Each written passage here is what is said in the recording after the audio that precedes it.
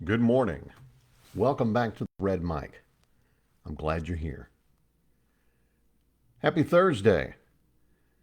These Red Mic messages are leadership and life lessons I've picked up from 25 years as a public servant, 16 years as a youth football coach and scouting volunteer, and 10 years as a mediocre athlete with far more heart than actual physical ability. Today's Red Mic message: regrets? Yeah, I've had a few, but, then again, too few to mention. What do I mean by all of that? Well, I was watching Paramount Plus show, 1923. I'm a big Taylor Sheridan fan. I watch all of his stuff. Although I haven't watched the one where Jeremy Renner is like a police chief or something. I need to look into that one. Maybe I haven't watched all of it. Anyway, um, Taylor Sheridan just has a nice turn of phrase. Great writer, great characters. And in the Paramount Plus show 1923, one of his characters, Spencer Dutton, is he's really deep. He said, and this is a direct quote from the show: people aren't defined by what happens to them, they're defined by what they do. More often than not, they're defined by what they don't do, what they're too scared to do. Now, if you think about that for a minute, again, that's pretty insightful. It's pretty intense. Spencer, though, he's not just some philosopher throwing around big ideas and big concepts. He was a man of action. He's a warrior. He's a hunter. He's a World War One veteran, man of bold action.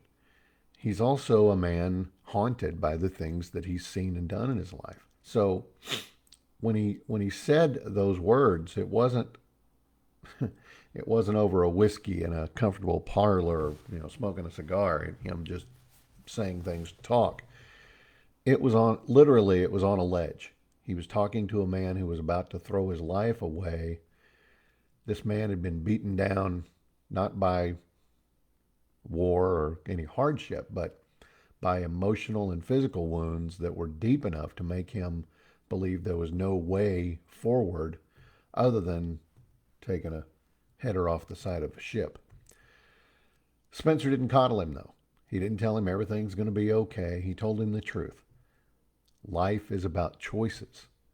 We don't get to control everything that happens to us, but we damn sure get to control how we respond. That's that's what really defines us. Not fate, not circumstance. It's whether we step forward or we stand still. Most of the time, the biggest thing holding us back isn't the world, it's us. I mean, go all the way back to Shakespeare, in Julius Caesar. The fault is not in our stars, but in ourselves that we are underlings. Who knew? Red Mike knows Shakespeare. Yeah, it's one of my favorite Shakespearean quotes, actually. It's not outside forces. It's us. It's that inner voice that says, "What if I fail? What if I look silly? What if it's too hard?"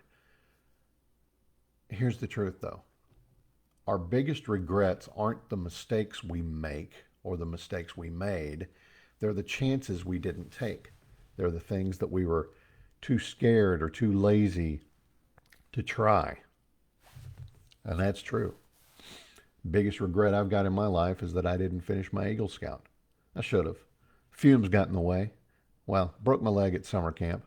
And then while I was rehabbing that, uh, decided, you know what, I need to prepare for football, and worried about football, worried about, hey, I need to get a job and make some money to go buy a car. That's one of the fumes. That's the exhaust fumes. And the other, of course, is perfumes. Cars and girls, they derail a lot of Eagle Scout candidates along the way. And I was one of them. And again, that's the biggest regret I've got in my life, is that I didn't finish Eagle. I should have, you know. But tell that to 15, 16-year-old Patrick from, the other side of 50, and, you know, I don't know that I would have listened to me if I'd known it was me. Who knows? But I've mentioned Rocky a million times. I'm not going to use the quote that I usually use, but you might remember in Rocky 3, Rocky finally admitted to Adrian that he was afraid to fight Clubber Lang again. Clubber had beaten him down pretty good in that first fight. I mean, knocked him out. And, Rocky was like, yeah, I'm afraid. And we all face moments like that where the fear creeps in. And, you hear those inner voices that say, yeah, you can't do this. You're not good enough. You're not able. You're going to fail. You have to stop listening to those inner thoughts. Admitting your fear is not weakness. It's the first step to overcoming it.